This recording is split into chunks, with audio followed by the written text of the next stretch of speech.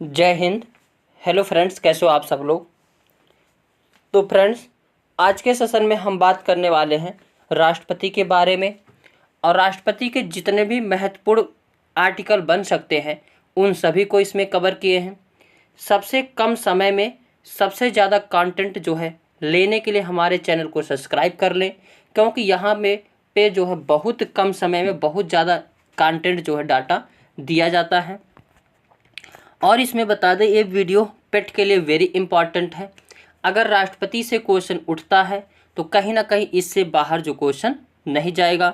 अभी हमने कई सारे पेपर के एग्ज़ाम की तैयारी करवाई है तो उसमें बहुत अच्छा रिस्पांस मिला है। तो बिल्कुल कॉन्फिडेंस होकर इससे नोट्स भी बना सकते हैं। आपका शार्ट नोट बनकर तैयार हो जाएगा और एग्ज़ाम में जो पेपर भी छूटे बनने वाला नहीं है। तो चलते हैं, देखते हैं अपने इस सेशन को। राष्ट्रपति, जिस प्रकार राज्यों में राज्यपाल होता है उसी प्रकार केंद्र में राष्ट्रपति होता है। और भारत का प्रथम नागरिक कौन होता है? तो राष्ट्रपति होता है।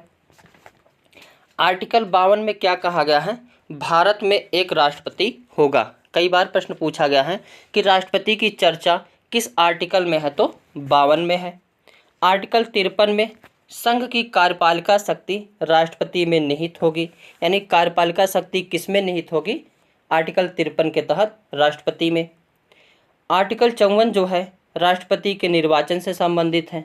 तो राष्ट्रपति का निर्वाचन के लिए सभी विधानसभाओं के जो है दिल्ली और पुदुचेरी विधानसभा को किस संशोधन द्वारा जोड़ा गया? तो 70वां संविधान संशोधन द्वारा।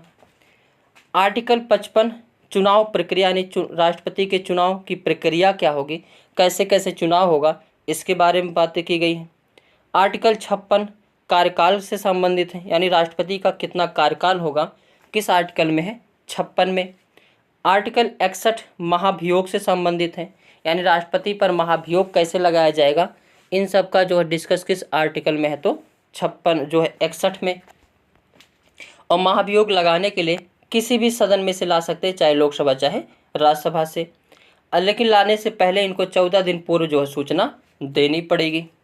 आगे आर्टिकल 60 में क्या कहा है? इनके बारे में शपथ की बात की गई है, यानी इन्हें शपथ कौन दिलाएगा, क्या शपथ रहेगा, इन सभी का चर्चा जो आर्टिकल 60 में है। आर्टिकल 57 इनके पुनर्निर्वाचन से संबंधित है, यानी किसी कारणवश अगर राष्ट्रपति का पद खाली हो जाता है तो तुरंत ही जो है जल्द जो है राष्ट्रपति का चुनाव होना अनिवार्य है, या फिर उपराष्ट्रपति को जो है कार्यवाहक राष्ट्रपति बना दिया जाएगा। आर्टिकल 58 किससे संबंधित है? राष्ट्रपति की योग्यता से, यानी भारत का नागरिक हो, कानून का जानकार हो।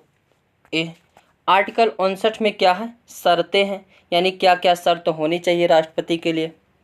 आर्टिकल 62 में पद की रिक्तता, यानी पद का रिक्त है तो कैसे क्या होगा। आर्टिकल 77 काम राष्ट्रपति के नाम, यानी जो भी काम केंद्रीय का होगा वो सब किसके नाम से होगा? राष्ट्रपति के। आर्टिकल 78 में क्या है कि अगर राष्ट्रपति को आवश्यकता लगा तो वह पीएम से सूचना प्राप्त कर सकेगा। आर्टिकल 39 केंद्र शासित प्रदेशों के शासन से संबंधित है, यानी जो आर्टिकल 239 है, केंद्र शासित प्रदेशों का शासन किसके अंडर में होता है? तो राष्ट्रपति के। आर्टिकल 263 राज्य विवाद, यानी राज्यों में अगर विवाद हो जाता है उसको आर्टिकल 263 के तहत उसको क्या किया जाएगा? ख़त्म किया जाएगा। और ये शक्ति किसके पास है? तो राष्ट्रपति के पास है। आर्टिकल 341 एससी घोषित, यानी राष्ट्रपति को अगर लगा कि इस जाति को जो है एससी घोषित करना चाहिए तो आर्टिकल 341 के तहत एससी घोषित कर सकते हैं और 342 के तहत एसटी घोषित कर सकते हैं। आगे आर्टिकल 39 ये विधायी शक्ति से संबंधित है, यानी आर्टिकल 79 विधायी शक्ति से संबंधित है। आर्टिकल 80 क्या है? तो राज्यसभा में सदस्य जो मनोनीत किए जाते हैं। अब बताओ सभी लोग कमेंट बॉक्स में, कितने सदस्यों को मनोनीत करते हैं? तो 12 सदस्य को। कहाँ कहाँ से? खेल, समाज सेवा, विज्ञान, चिकित्सा के क्षेत्र से किए जाते हैं। आर्टिकल 85 किससे संबंधित है? तो संसद को आहूत करना, सत्रावसान करना तथा लोकसभा विघटित करने का जो है अधिकार किसके पास है? राष्ट्रपति के पास। आर्टिकल 86 अभिभाषण जारी करना। अभिभाषण क्या होता है? तो जब लोकसभा या साल का पहले जब बैठक होती है तो उसमें वित्तीय के लिए जो अभिभाषण होता है वही क्या कहलाता है? अभिभाषण कहलाता है।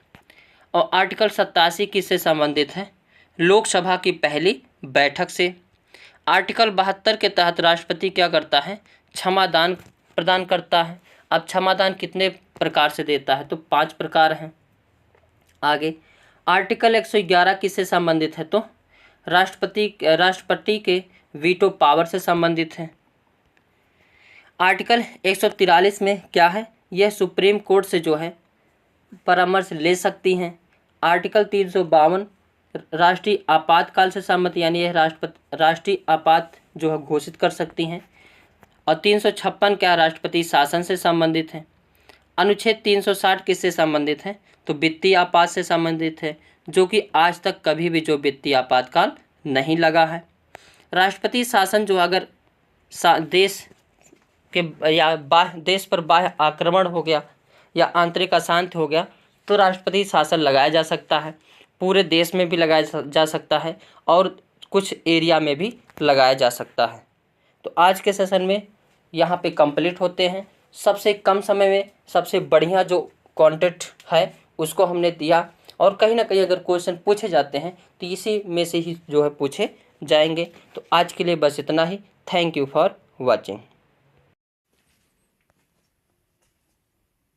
जय हिंद। हेलो फ्रेंड्स, कैसे हो आप सब लोग? तो फ्रेंड्स, आज के सेशन में हम बात करेंगे संविधान के बारे में। और बता दें सभी को, अगर भूगोल की, पॉलिटी की, बायोलॉजी की, सीडीपी की, हिंदी की, स्टैटिक जीके और साइंस के अगर नोट्स चाहिए तो आप सभी लोग इस व्हाट्सएप नंबर पर मैसेज कर सकते हैं। और बताकर मुझे खुशी हो रही है कि अभी हमने एचटेट के एग्ज़ाम की तैयारी करवाया था, वहाँ से जो है आप सभी को डिट्टो मेरी लाइन जो है 26 प्लस यानी 28 क्वेश्चन जो है, जो 30 क्वेश्चन सीडीपी के पूछे गए थे उसमें से 28 जो प्रश्न होते हैं और डिट्टो मेरी लाइन यानी जो मैं यूट्यूब पे वीडियो कराया हूँ 20-25 वीडियो, वहीं से डिट्टो आपको देखने को मिल जाएगा। तो कहीं ना कहीं जो है अच्छा रिस्पांस मिल रहा है। और अभी रेलवे की तैयारी करवाया उसमें भी बहुत अच्छे क्वेश्चन फंस रहे हैं। और अभी जो क्वेश्चन हो रहे हैं यानी एनटीपीसी 10+2 एग्जाम हो रहा है उसमें भी बहुत अच्छे जो है क्वेश्चन फंस रहे हैं। तो कहीं ना कहीं बहुत हेल्पफुल है जो है एग्ज़ाम के लिए ये नोट्स हैं। तो लेने के लिए हमारे व्हाट्सएप नंबर पर मैसेज कर सकते हैं और यहाँ से प्राप्त कर सकते हैं। और वीडियो के लिए हमारे चैनल को सब्सक्राइब कर सकते हैं और बेल आइकन को दबाना ना भूलें, ताकि यहाँ से जो भी वीडियो अपलोड किए जाएँ सबसे पहले आपके यहाँ पहुँचे।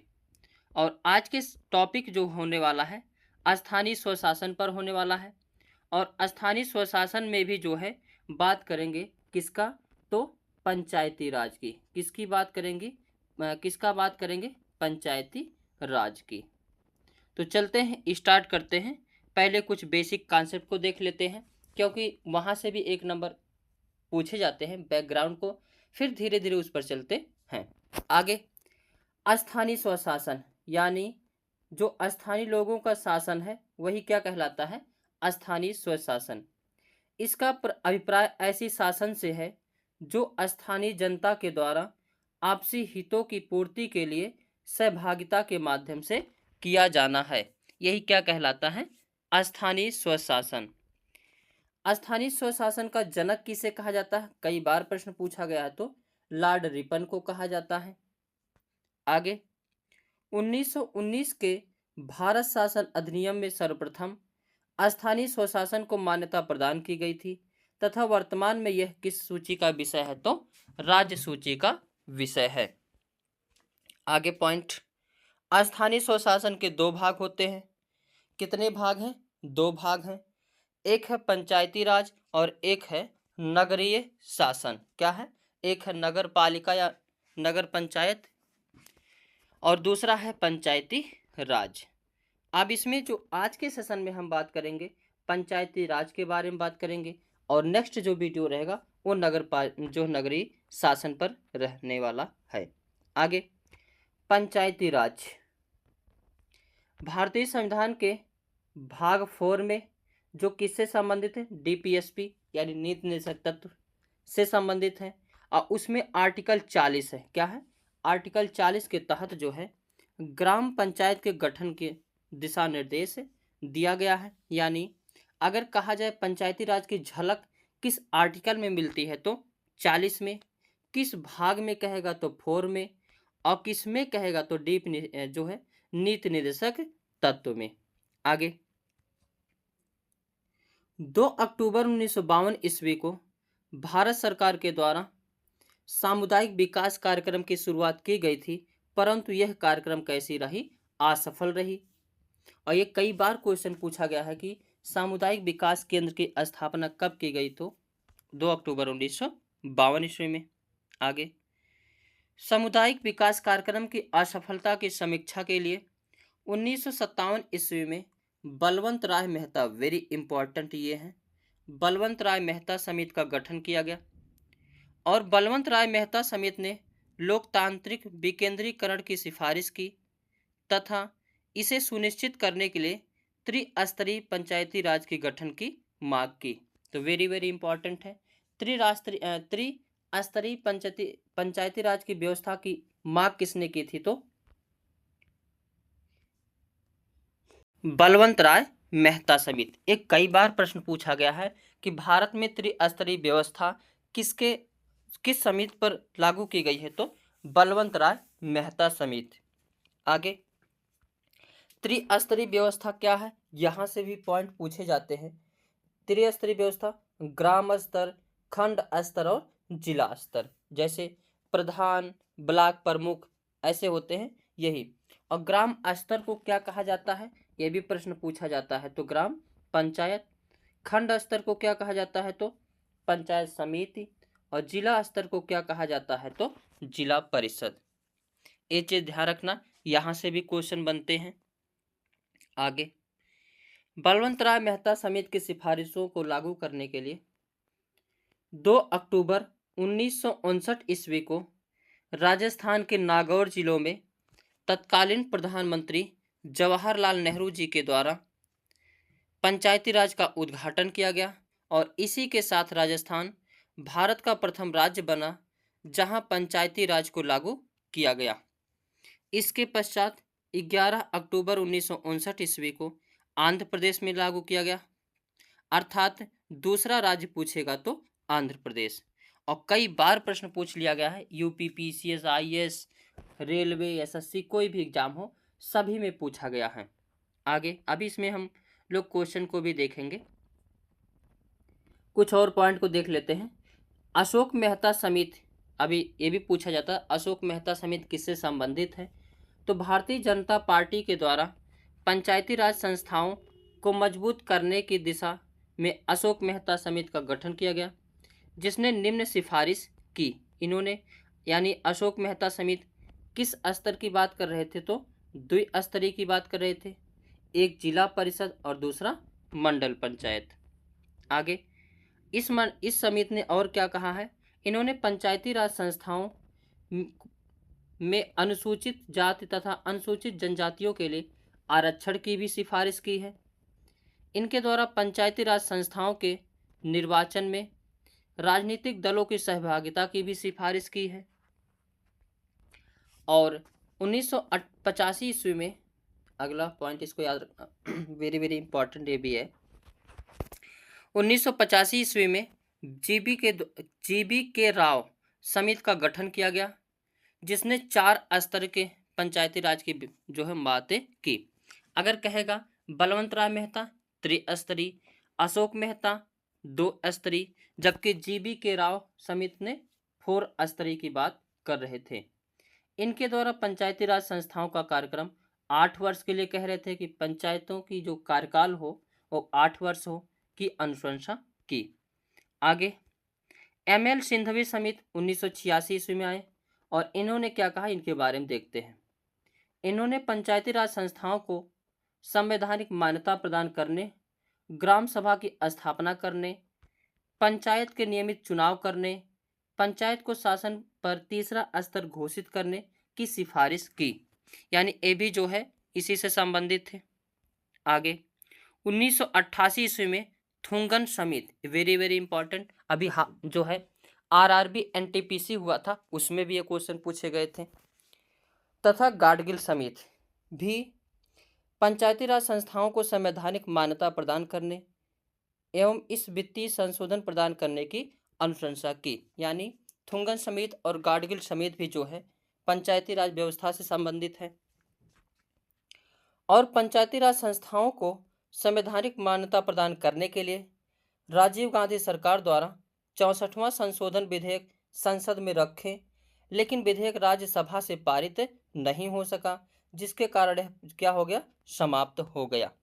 आगे अब देखते हैं तो किस संशोधन द्वारा लागू हुआ। तो पंचायती राज जो लागू हुआ है 73वां संविधान संशोधन 1992 द्वारा, वेरी वेरी इंपॉर्टेंट, यहाँ से लगाते चलिएगा। और इसको लागू कब किया गया था, 24 अप्रैल 1993 ईस्वी को। और इसीलिए 24 अप्रैल को क्या मनाया जाता है, तो पंचायती राज दिवस। अगर कहेगा पंचायती राज किस भाग में है, तो भाग 9 में है। अनुसूची पूछेगा तो 11वीं अनुसूची में है। और विषय पूछेगा तो पंचायत राज में 29 विषय शामिल हैं। अगर अनुच्छेद पूछेगा तो 243 ए से 243 ओ तक हैं। आगे इस संशोधन की प्रमुख विशेषताएं, यानी इसी संशोधन के माध्यम से पंचायती राज को त्रिस्तरीय व्यवस्था बनाई गई। जैसे ग्राम स्तर पर ग्राम पंचायत, खंड स्तर पर पंचायत समिति, जिला स्तर पर जिला परिषद। आगे परंतु जिन राज्यों की जनसंख्या 20 लाख से कम है उन्हें मध्यवर्ती स्तर की स्थापना से छूट प्रदान की गई। यानी उनकी मर्जी है वो इसको लागू करे या ना करे। और इसमें चुनाव कैसे होता है, तो यानी ग्राम प्रधान का चुनाव कैसे किया जाता है, प्रत्यक्ष रूप से किया जाता है। और इसमें जो है आरक्षण महिलाओं को कितना है, 1/3 पर जो है प्रतिशत, या 1/3 यानी 33 सही 1/3%, या जो है 1/3। और SC ST को भी जो 1/3 आरक्षण है। अगर वहीं जो है बिहार की बात करेंगे तो महिलाओं को सीधे 50% का आरक्षण है। कई बार प्रश्न पूछा गया है कहाँ पे जो है महिलाओं को 50% का आरक्षण है, तो बिहार में। बाकी जगह कितना है, 1/3 या 33 सही 1/3%। आगे कुछ आर्टिकल को देखते हैं और ये सारे आर्टिकल आपके आरआरबी में पूछे गए हैं। 243 एक किससे संबंधित है, तो ग्राम सभा के गठन का वर्णन करता है। यानी ग्राम सभा का गठन कैसे होगा उसके बारे में बताता है। 243 बी स्वशासन की एक संस्था, यानी यह बताता है कि यह स्वशासन की एक संस्था है, इसके बारे में जानकारी देता है। 243 सी पंचायत की संरचना, यानी ग्राम पंचायत की संरचना कैसे होगी, क्या क्या इसका स्ट्रक्चर रहेंगे, इन सभी के बारे में है। और ये सभी बता दें क्वेश्चन आरआरबी के PYQ का पॉइंट है। 243 डी किससे संबंधित है, तो पंचायती राज संस्थाओं का प्रावधान से संबंधित है। और इसमें उम्र कितना होना चाहिए, 21 साल। आरक्षण महिला को अभी हमने बताया 33 सही 1/3%, और बिहार में कहेगा तो पूरे 50%। आर्टिकल 243 में क्या है, पंचायत की अवधि है जो कि कितना होना चाहिए, 5 वर्ष। आर्टिकल 243 जे पंचायत को लेखाओं की संपरीक्षा, यानी लेखा जो है लेखा जोखा होना चाहिए कि रुपए कितने खर्च किए गए, कहाँ खर्च किए गए, ये सभी का। आर्टिकल 243 के निर्वाचन से संबंधित है। तो कॉन्सेप्ट आज यहाँ पे समाप्त होता है। अब इसके PYQ को देखते हैं। भारतीय संविधान का अनुच्छेद 40 राज्य के सार्थक कदमों हेतु परामर्श देता है। अभी हमने देखा था कि भाग 4 DPSP के भाग 4 में आर्टिकल 40 के तहत ग्राम पंचायत के गठन के संबंध की बात करता है। तो B option is the correct answer. और ये क्वेश्चन पूछा गया है किस किस्से में, तो यूपी PCS प्री 2015, यहाँ पे 25 नहीं 15 है। आगे भारत के पंचायती राज व्यवस्था का वास्तुकार किसे कहा जाता है, तो पंचायती राज ML सिंघवी नहीं, BR मेहता, GVK राव नहीं, आचार्य नरेंद्र नहीं, BR मेहता यानी अशोक मेहता। अशोक मेहता, नहीं ये भी नहीं होगा क्योंकि अशोक मेहता तो अस्तरी की बात कर रहे थे। तो बलवंत राय मेहता है, कौन सा है? बलवंत, हाँ ठीक है, BR मेहता मतलब बलवंत राय मेहता। तो यानी A option is the correct answer. ये यूपी लोअर सब में पूछा गया था 2015 में। आगे, भारत में पंचायती राज व्यवस्था लागू करने वाला प्रथम राज्य कौन सा है? तो अभी हमने देखा था राजस्थान के नागौर जिले से स्टार्ट किया गया था 2 अक्टूबर 1959 ईस्वी में PM जवाहरलाल नेहरू जी द्वारा। और दूसरा राज्य पूछेगा तो Andhra Pradesh. AUP PCSC GIC का क्वेश्चन है। आगे, वह राज्य जिसने सबसे पहले पंचायती राज स्वीकार किया, तो वही राजस्थान। आगे, तो आज के सेशन में बस इतना ही। वीडियो अच्छा लगा हो तो लाइक शेयर कमेंट करना ना भूलें। Thank you for watching. ए पेट के लिए वेरी इंपॉर्टेंट है। जय हिंद। हेलो फ्रेंड्स, कैसे हो आप सब लोग? तो फ्रेंड्स, आज के सेशन में हम बात करेंगे भाग के बारे में। किस पर आधारित होने वाला है ये सेशन? भाग पर आधारित होने वाला है और वे ए वेरी इम्पॉर्टेंट सेशन होगा। और बताकर आप सभी को मुझे खुशी हो रही है कि हमने जितने भी जो है क्वेश्चन यानी वीडियो अपलोड किए हैं पॉलिटी के लिए, रेलवे के लिए, उन सभी से सारे क्वेश्चन जितने भी पूछे जा रहे हैं, यानी 7 तारीख से जो पेपर हो रहा है NTPC 10+2 का, सारे उसमें मैच खा रहे हैं। सारे क्वेश्चन डिट्टो, उसका एनालिसिस भी कराया हूँ और मैं बताया हूँ कहाँ इसको पढ़ाया हूँ, उसको आप सभी लोग देख सकते हैं। और ये बड़ी प्रसन्नता होती है कि सारे क्वेश्चन मैच खा रहे हैं, मिल रहे हैं।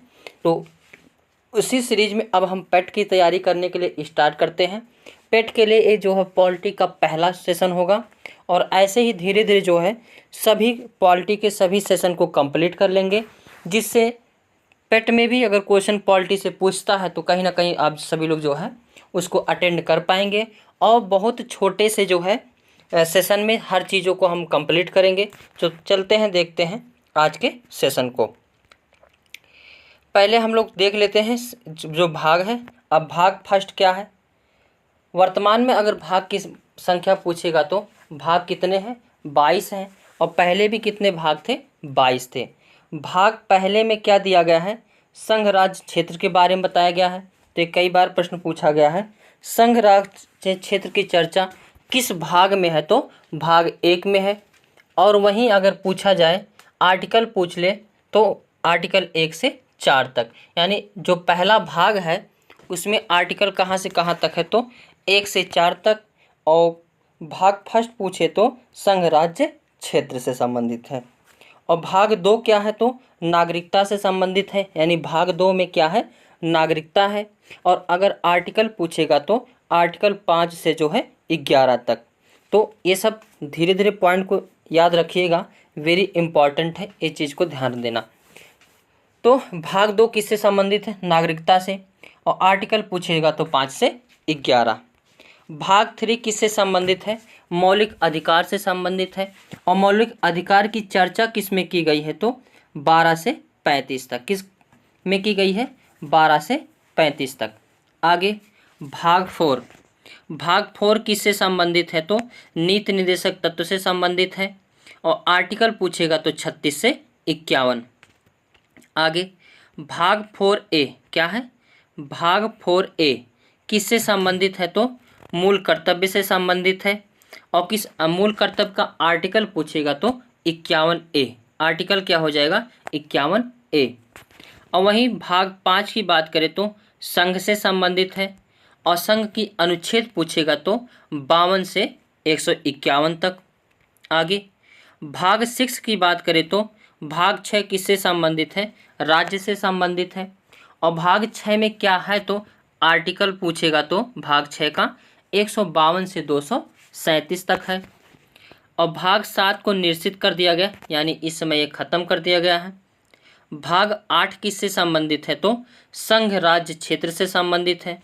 और इसमें यानी केंद्र शासित प्रदेश से संबंधित है, UT से संबंधित है। और इसकी आर्टिकल पूछेगा तो 239 से 242। भाग 9 बहुत बार प्रश्न में पूछा गया है, किससे संबंधित है? तो पंचायत से संबंधित है। और अनुच्छेद पूछेगा तो 243 से 243 कड़ा तक है। और पंचायत जो है 92वां संविधान संशोधन जो है, तो जो है 73वां संविधान संशोधन उसके द्वारा 1992 में जोड़ा गया था। और भाग 9 का अगर पूछे तो यह नगर पालिका से संबंधित है। और अनुच्छेद पूछेगा तो 243 ता से 243 या छा तक। आगे भाग 9 खा किससे संबंधित है तो सहकारी समितियों से संबंधित है। और सहकारी समितियों की आर्टिकल पूछेगा तो 243 या जा से 243 या 9 तक है। आगे भाग 10 किससे संबंधित है तो एससी और एसटी से संबंधित है। और वहीं भाग 11 पूछेगा तो संघ और राज्यों के बीच संबंध से संबंधित है।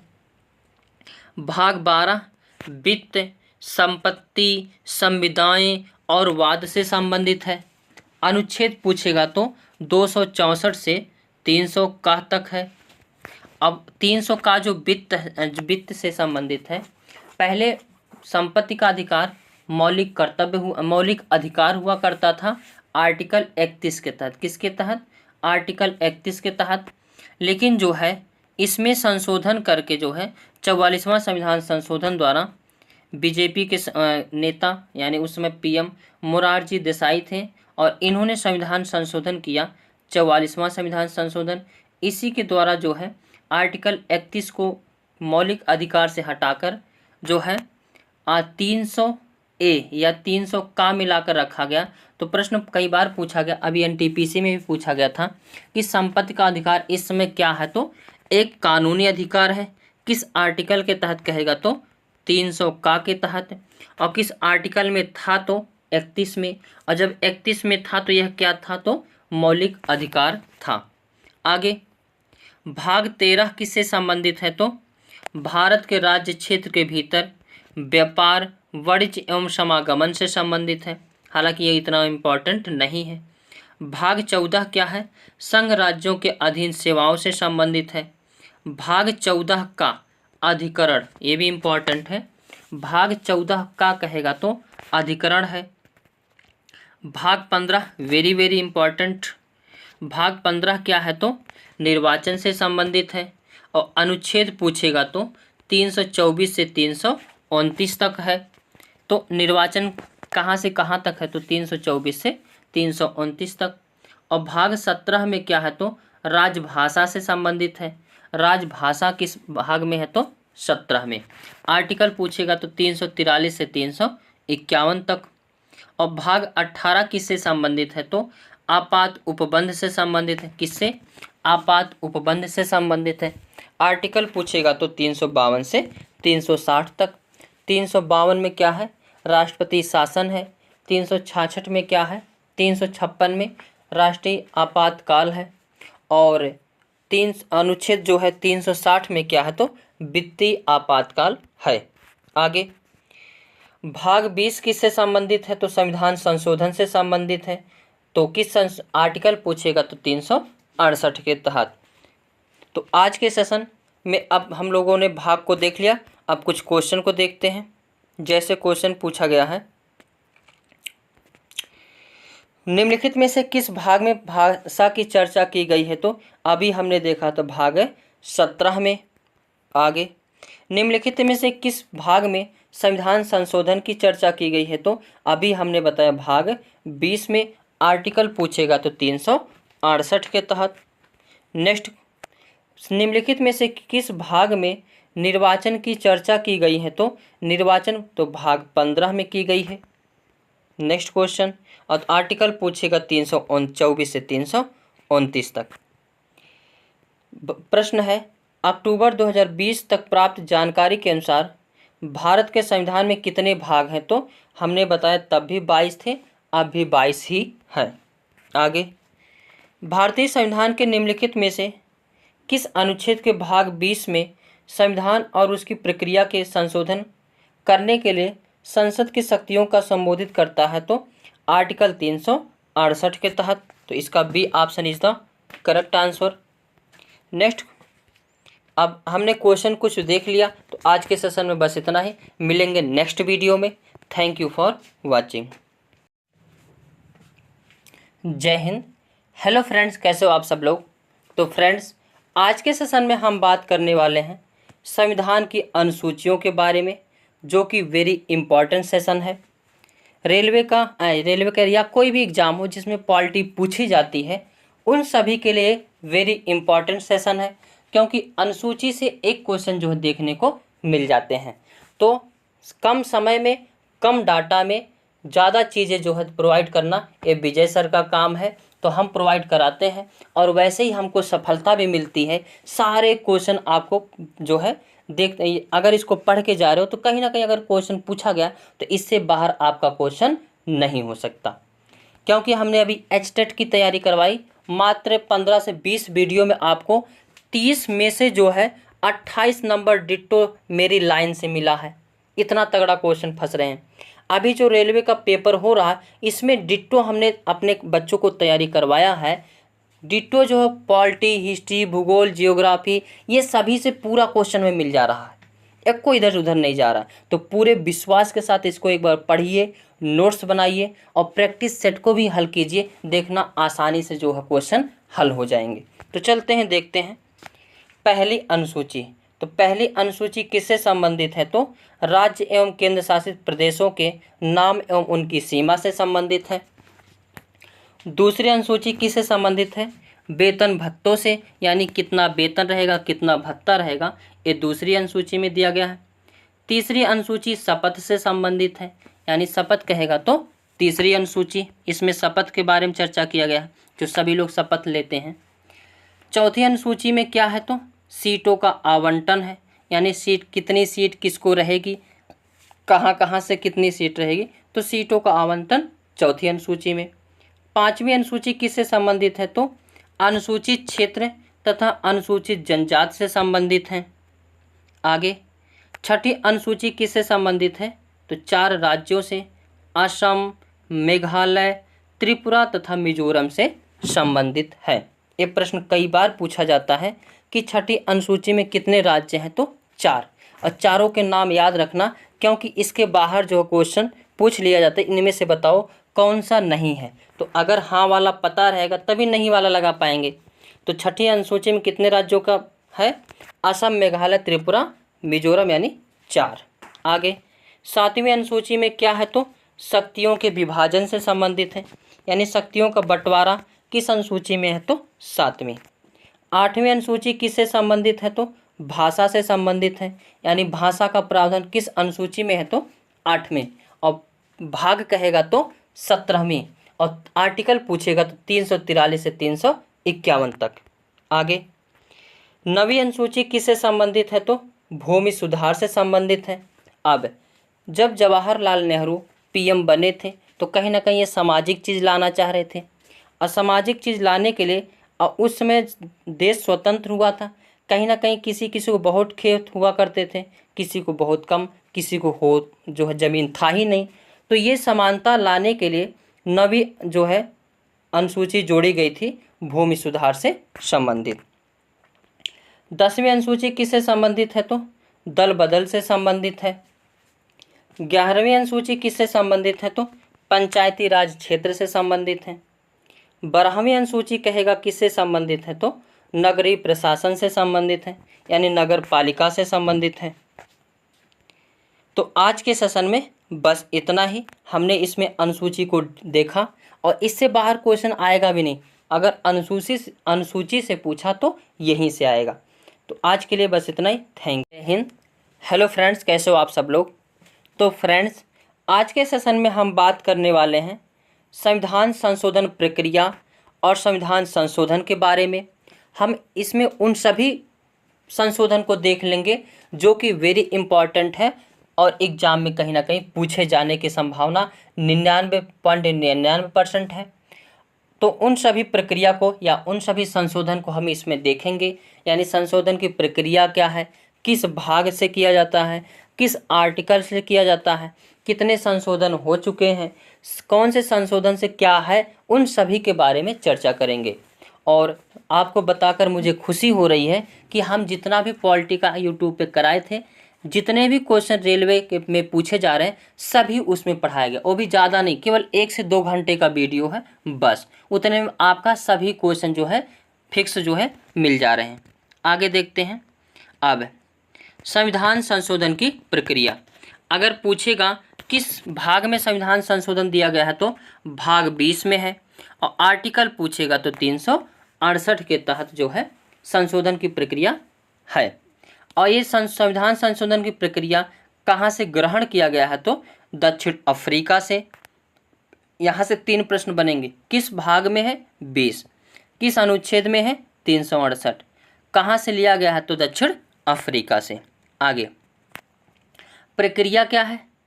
सबसे पहले जो है 368 के अंतर्गत संविधान संशोधन की शक्ति किस में निहित है तो संसद में निहित है, और संविधान संशोधन विधेयक संसद के किसी भी सदन में रखा जा सकता है, यानी आप चाहे लोकसभा में रख सकते हैं चाहे राज्यसभा में रख सकते हैं। और संविधान संशोधन विधेयक पर दोनों सदनों की अगर गतिरोध हो गई तो गतिरोध की स्थिति में यह क्या हो जाता है, समाप्त हो जाता है। आगे संविधान संशोधन विधेयक पर मतभेद की स्थिति में संयुक्त बैठक बुला का प्रावधान नहीं किया गया है। वेरी इंपॉर्टेंट ये पॉइंट पूछा जाता है कि संविधान संशोधन की प्रक्रिया में क्या संयुक्त बैठक बुलाई जाती है तो नहीं, संयुक्त बैठक नहीं बुलाई जाती। आगे संविधान संशोधन विधेयक पर अगर राष्ट्रपति की अनुमति मिल जाती है तो वही किसका रूप धारण कर लेता है तो अधिनियम का रूप धारण कर लेता है।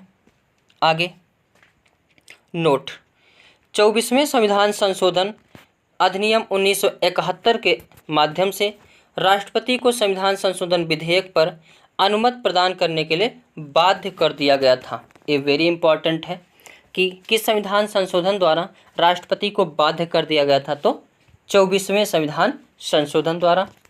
आगे अब कितने प्रकार से संशोधन किए जाते हैं तो 3 प्रकार से।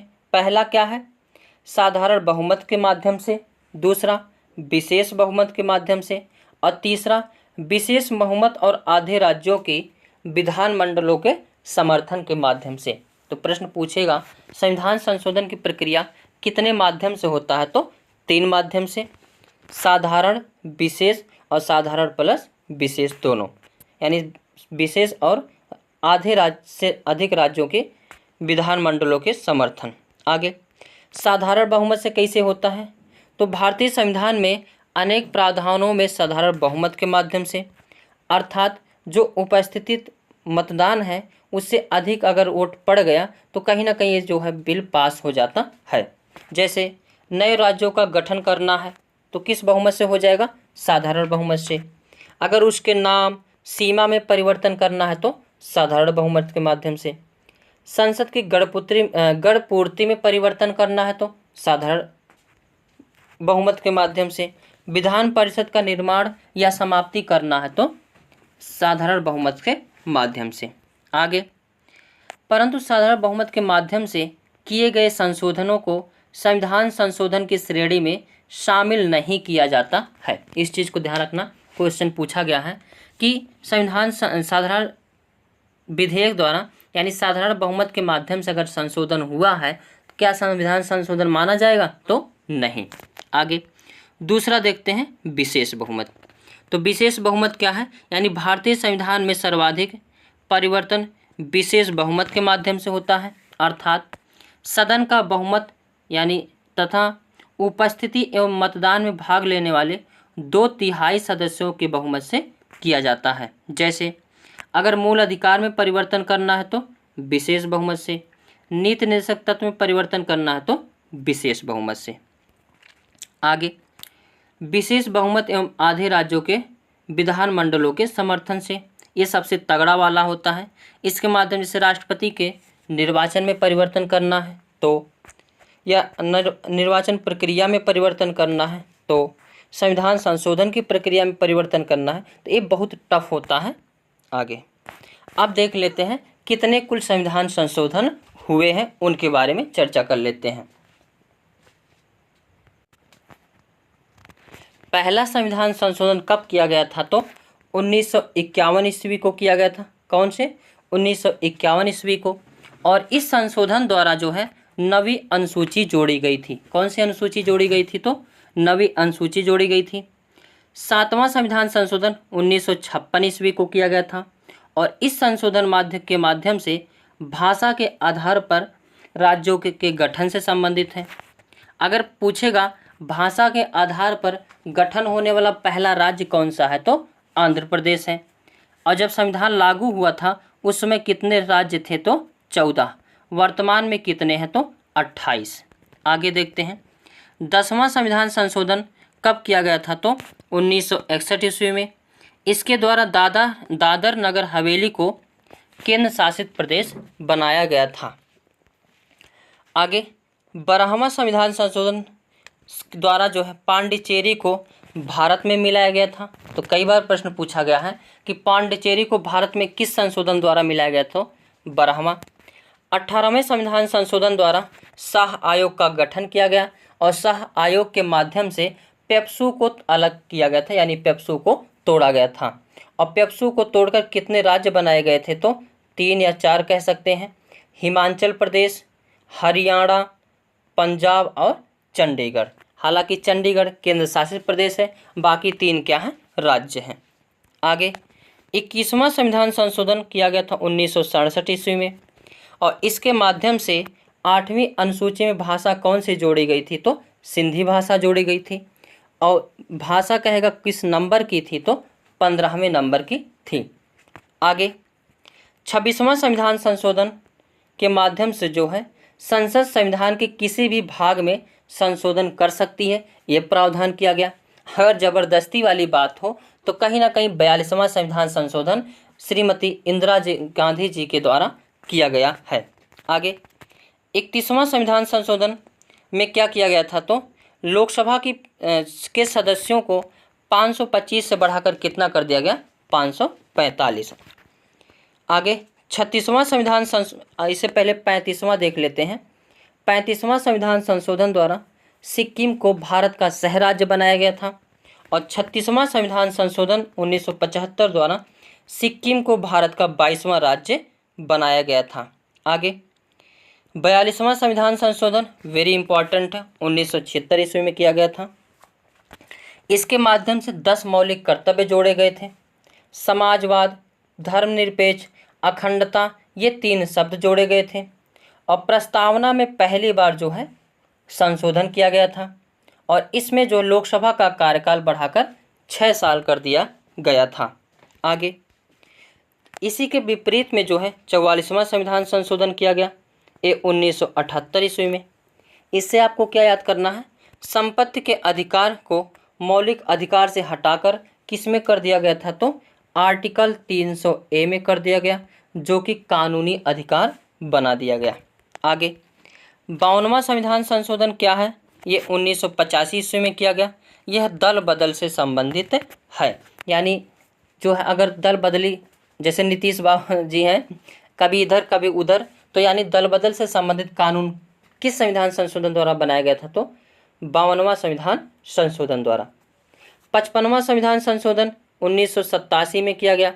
इसके द्वारा 24वां राज्य कौन सा बनाया गया था, अरुणाचल प्रदेश।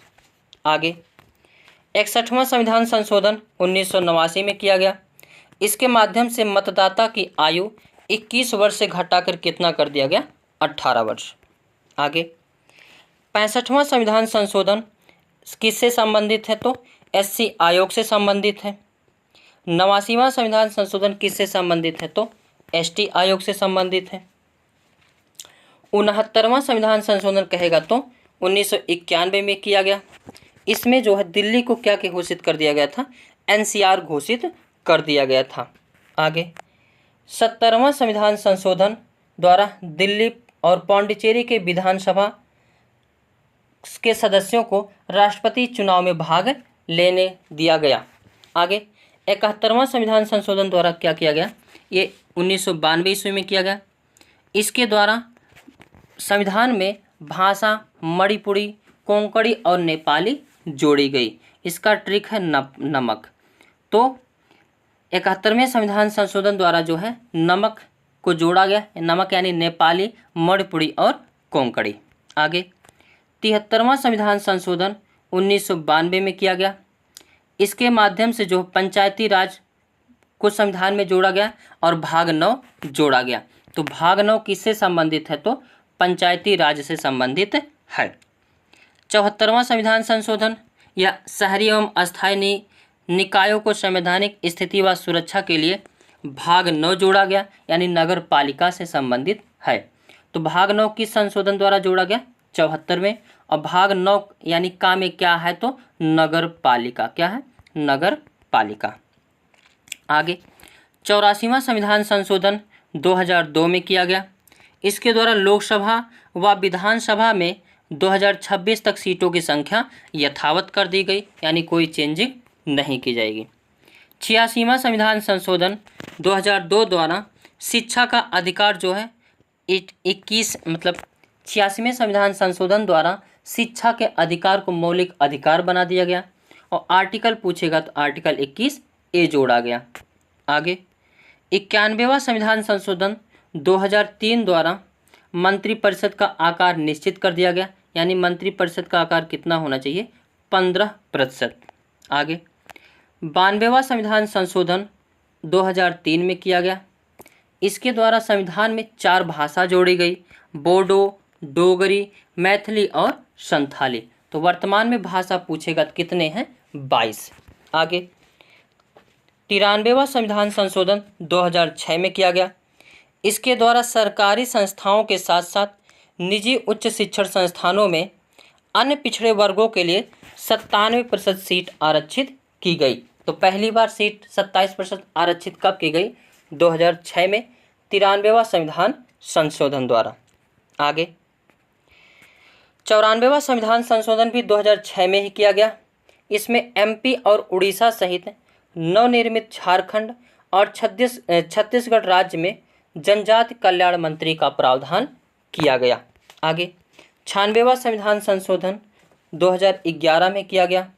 इसके माध्यम से 8वीं अनुसूची में उड़िया के स्थान पर ओडिया को प्रतिस्थापित किया गया, यानी पहले उड़िया शब्द था, अब क्या शब्द है? ओडिया। आगे 97वां संविधान संशोधन अधिनियम 2012 में किया गया। इसके माध्यम से जो है सहकारी समितियों का गठन किया गया और भाग पूछेगा तो 9B। तो ये प्रश्न कई बार पूछा गया है, सहकारी समितियों का प्रावधान किस आर्टिकल में है? तो भाग 9B में। आगे 99वां संविधान संशोधन 2015 में किया गया। यह संशोधन एक राष्ट्रीय न्यायिक नियुक्ति आयोग के गठन का प्रावधान किया, जो कि बाद में जो है इसको कहा गया ये संविधान के मूल ढांचा का उल्लंघन करता है, इसीलिए इसको ख़त्म कर दिया गया। और ये 21 तारीख के शिफ्ट फर्स्ट में पूछा गया था ये क्वेश्चन रेलवे NTPC के। आगे 100वां संविधान संशोधन 2015 में किया गया। इसमें खास बात क्या हुई? तो बांग्लादेश के साथ कुछ एनक्लेव प्रदेशों का आदान प्रदान किया गया। 101वां संविधान संशोधन 2016 में किया गया, जिसके द्वारा GST को बिल पास किया गया।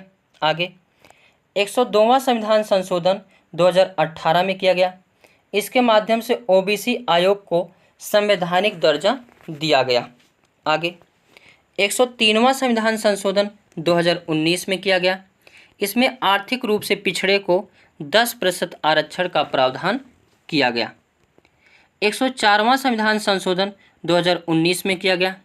इसमें SC और ST आरक्षण को 10 वर्ष के लिए बढ़ा दिया गया, यानी 2030 तक जो है SC और ST को आरक्षण मिलेगा और एंग्लो इंडियन पद को जो है समाप्त कर दिया गया, जिसके कारण लोकसभा में सीटों की संख्या अब कितनी है? तो 543। तो आज के सेशन में बस इतना ही। वीडियो अच्छा लगा हो तो लाइक शेयर कमेंट करना ना भूलें। इससे नोट्स भी बना सकते हैं, ज़बरदस्त नोट बन जाएगा। तो आज के लिए बस इतना ही। Thank you. हेलो फ्रेंड्स, कैसे हो आप सब लोग? तो फ्रेंड्स, आज के सेशन में हम बात करने वाले हैं भारतीय संविधान के जो स्रोत हैं उनके बारे में प्रश्न देखेंगे पॉइंट को, और इसको फुल डिटेल से देखना। ये 5 से 7 मिनट का वीडियो होगा, लेकिन यहाँ से 1 नंबर जो है आपको देखने को ज़रूर मिलेगा। और आपको बताकर मुझे बहुत खुशी हो रही है कि हम जितने भी पॉलिटी के वीडियो अपलोड किए हैं उन सभी से जो भी तुम्हारे जो है एग्ज़ाम में क्वेश्चन पूछे जा रहे हैं सभी उसमें मैच खा रहे हैं, यानी कम समय में या कम डाटा में बहुत सारा चीज़ जो आपको मिल जा रहा है, और यानी कह सकते हो 5 मिनट के वीडियो में 1 नंबर प्राप्त कर सकते हैं। इतना सीधा है। और अभी एचटेट का जो पेपर हुआ था उसमें 30 में से 28 क्वेश्चन तो अपने सेल्फ है सीडीपी से बस फंसाया था। सीडीपी में जो 30 को प्रश्न आते हैं उसमें से 28 नंबर जो है डिट्टो मेरे में से पा जाओगे, इतने कॉन्फिडेंस है। ऐसा नहीं कि नहीं आया, सबका प्रूफ है। बस ये है कि उसका टाइम मिलेगा तो वीडियो बना के आप सभी को देंगे कि देखो ए पॉइंट हम पढ़ाए हैं, इस दिन पढ़ाए हैं और इस दिन एक क्वेश्चन जो है पूछा गया है। वैसे आज हम बात करने वाले हैं किसमें, भारतीय संविधान के स्रोत पर। इसमें कॉन्सेप्ट को भी देखेंगे और PYQ को भी देखेंगे। तो देखते हैं भारत के संविधान के स्रोत यानी सोर्स ऑफ इंडियन कॉन्स्टिट्यूशन। अगर प्रश्न पूछेगा सबसे बड़ा किस देश का संविधान है तो भारत का है। सबसे बड़ा लिखित संविधान किस देश का है तो भारत का है। वकीलों का स्वर्ग किसे कहा जाता है तो भारत के संविधान को कहा जाता है। अब इसमें जो है भारत के संविधान के निर्माण में कई देशों से कई सारी चीज़ें लिए गए हैं। इसको बहुत सारे लोग कहते हैं कि हमारा संविधान उधारों का संविधान है। तो एक बात उन्हें मैं बता दूं, डॉक्टर BR अम्बेडकर जी खुद ही बोले हैं कि उधार या गड़बड़ उसे नहीं कह सकते हैं। अगर किसी व्यक्ति या किसी की अच्छाई को ले रहे हो तो एक गलत बात नहीं है। तो जैसे अगर कहेगा 2/3 भाग कहाँ से लिया गया है, यानी भारत का जो संविधान है उसमें 2/3 हिस्सा कहाँ से लिया गया है तो 2/3 भाग। तो ये कहाँ से लिया गया है तो भारत के जो भारत शासन अधिनियम 1935 तो 2/3 भाग कहाँ से लिया गया, भारत शासन अधिनियम 1935 से लिया है। अब आगे देखते हैं अमेरिका से। तो पहला क्या है, अमेरिका से क्या क्या लिया गया है, ग्रहण किया गया, उसको देखते हैं। जैसे मूल अधिकार अमेरिका से ग्रहण किया गया है। राष्ट्रपति पर महाभियोग की प्रक्रिया अमेरिका से लिया गया है। स्वतंत्र एवं निष्पक्ष न्यायपालिका अमेरिका से लिया गया है। न्यायिक पुनरावलोकन का सिद्धांत अमेरिका से लिया गया है। आगे यूके से यानी यूनाइटेड किंगडम से क्या क्या लिया गया है, संसदीय शासन व्यवस्था यानी संसद की कैसी व्यवस्था रहेगी, कैसा शासन चलाया जाएगा, एक प्रक्रिया कहाँ से लिया गया है, यूके से। और संसदीय विशेषाधिकार यानी जो संसद होते हैं या सांसद होते हैं उनकी कुछ विशेषाधिकार होते हैं, तो ये विशेषाधिकार भी कहाँ से लिए गए हैं, यूके से। विधि का शासन यानी कानून का शासन की प्रक्रिया कहाँ से लिया गया है, यूके यानी यूनाइटेड किंगडम से। एकल नागरिकता, तो यहाँ से एक प्रश्न और पूछा जाता है कि भारत में कौन सी नागरिकता का प्रावधान है तो एकल नागरिकता का, और ये कहाँ से ग्रहण किया गया है, यूके से यानी यूनाइटेड किंगडम से। आगे रूस से क्या लिया गया है तो मौलिक कर्तव्य लिया गया है। अब मौलिक कर्तव्य के बारे में थोड़ा सा जानकारी कर लेते हैं। मौलिक कर्तव्य जो है कहाँ से लिया गया है तो रूस से। और पूछा जाता है जब ये लिया जा रहा था कितने पर चर्चा हो रही थी लेने की तो 8 की, लेकिन लिया कितना गया था तो 10 लिया गया था। और वर्तमान में मौलिक कर्तव्य पूछेगा तो 11। और ये किसके द्वारा लिया गया है तो सरदार स्वर्ण सिंह समिति द्वारा लिया गया है। किसके, सरदार स्वर्ण सिंह समिति द्वारा। और कौन से संशोधन में लिया गया है तो 42वां संविधान संशोधन 1976 द्वारा। और उस समय PM कौन थे तो श्रीमती इंदिरा गांधी जी। आगे जर्मनी से क्या क्या ग्रहण किया गया है तो आपात के समय मौलिक अधिकारों का निलंबन, एक कहाँ से लिया गया है तो जर्मनी से। और आपात उपबंध एक कहाँ से लिया गया है तो जर्मनी से। आगे कनाडा से क्या क्या लिया गया है तो सरकार की संघीय व्यवस्था कनाडा से लिया गया है। अवशिष्ट शक्ति केंद्र में निहित होगी, यह किससे लिया गया है तो कनाडा से। आगे आयरलैंड से क्या क्या लिया गया है, नीति निर्देशक तत्व कहाँ से लिया गया है तो आयरलैंड से लिया गया है। राष्ट्रपति निर्वाचन मंडल की व्यवस्था कहाँ से लिया गया है तो आयरलैंड से लिया गया है। आगे दक्षिण अफ्रीका से क्या क्या ग्रहण किया गया है तो संविधान संशोधन, किस आर्टिकल के तहत तो 368 के तहत जो है संविधान संशोधन किया जाता है। आगे फ्रांस से क्या क्या लिया गया है तो स्वतंत्रता, समानता, बंधुत्व एवं गणतंत्र शब्द लिया गया है। तो ये कई बार प्रश्न पूछा गया है कि स्वतंत्रता, समानता, बंधुत्व एवं गणतंत्र शब्द कहाँ से लिया गया है तो फ्रांस से। आगे ऑस्ट्रेलिया से क्या क्या लिया गया है? तो समवर्ती सूची, संयुक्त अधिवेशन, केंद्र राज्य संबंध, ये कहाँ से लिया गया है? तो ऑस्ट्रेलिया से। आगे जापान से क्या क्या लिया गया है? तो विधि द्वारा स्थापित प्रक्रिया, विधि सिद्धांतों का प्रावधान जिसके आधार पर भारत और सुप्रीम कोर्ट या हाई कोर्ट कार्य करता है। ये प्रक्रिया कहाँ से लिया गया है? तो जापान से। अब वैसे पूरा देश एक, हाँ देखो ये प्रश्न देख ही मिल गया। भारतीय संविधान में विशेषता कितने देशों से विशेषताएं ली गई हैं? तो 10 देशों से ली गई, जो कि ऊपर हमने अभी देखा है। नेक्स्ट क्वेश्चन, भारतीय संविधान के राज्य के नीति निर्देशक सिद्धांत कहाँ से लिए गए हैं? तो अभी हमने देखा आयरलैंड के संविधान से। नेक्स्ट क्वेश्चन, भारतीय संविधान, ये देखो कितनी बार क्वेश्चन पूछा गया है। भारतीय संविधान में शामिल स्वतंत्रता, समानता एवं बंधुत्व के सिद्धांत किस देश के संविधान से लिया गया है? तो कहाँ से? फ्रांस से। यानी फ्रांस की क्रांति या फ्रांस के संविधान से क्या लिया गया है? स्वतंत्रता, समानता एवं बंधुत्व शब्द। आगे, भारत के संविधान में अर्धसंघीय शासन प्रणाली की विशेषता किस देश से ली गई है? तो अर्धसंघीय शासन व्यवस्था कहेगा तो कनाडा से। कहाँ से? कनाडा से लिया गया। तो आज के सेशन में बस इतना ही। वीडियो अच्छा लगा हो तो लाइक शेयर कमेंट करना ना भूलें। Thank you for watching. Video very important session है ये सभी को। जय हिंद। हेलो फ्रेंड्स, कैसे हो आप सब लोग?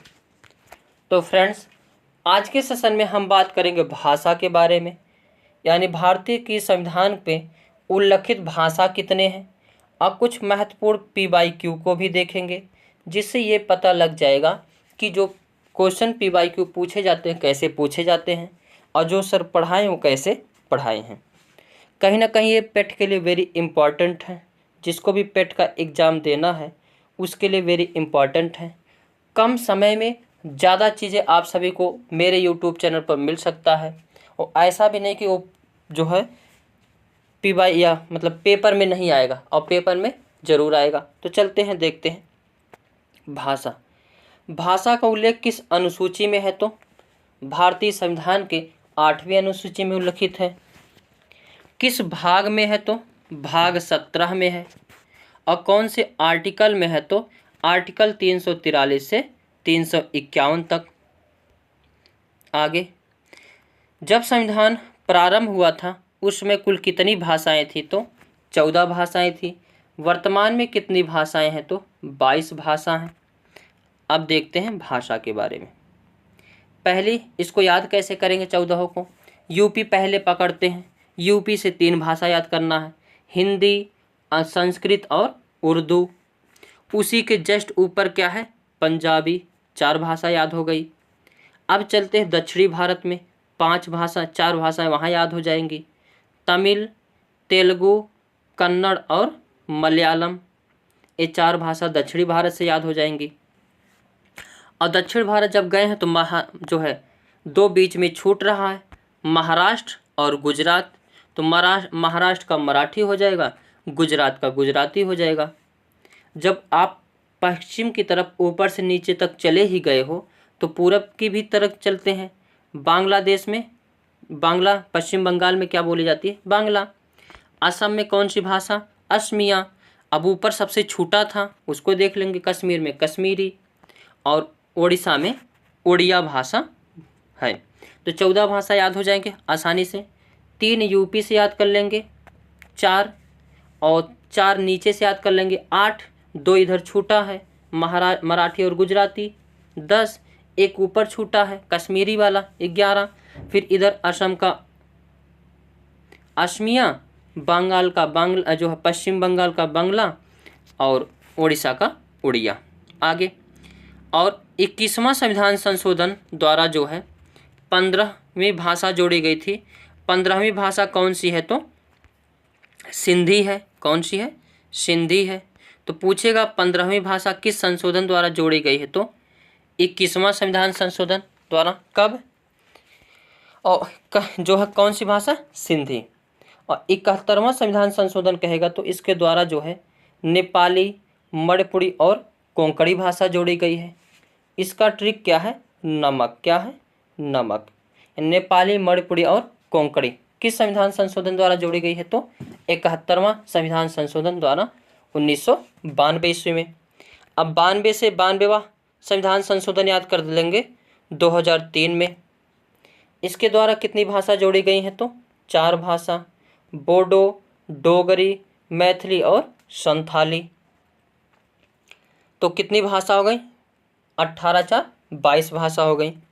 अब हिंदी दिवस कब मनाया जाता है? तो 14 सितंबर को मनाया जाता है। कब? 14 सितंबर को।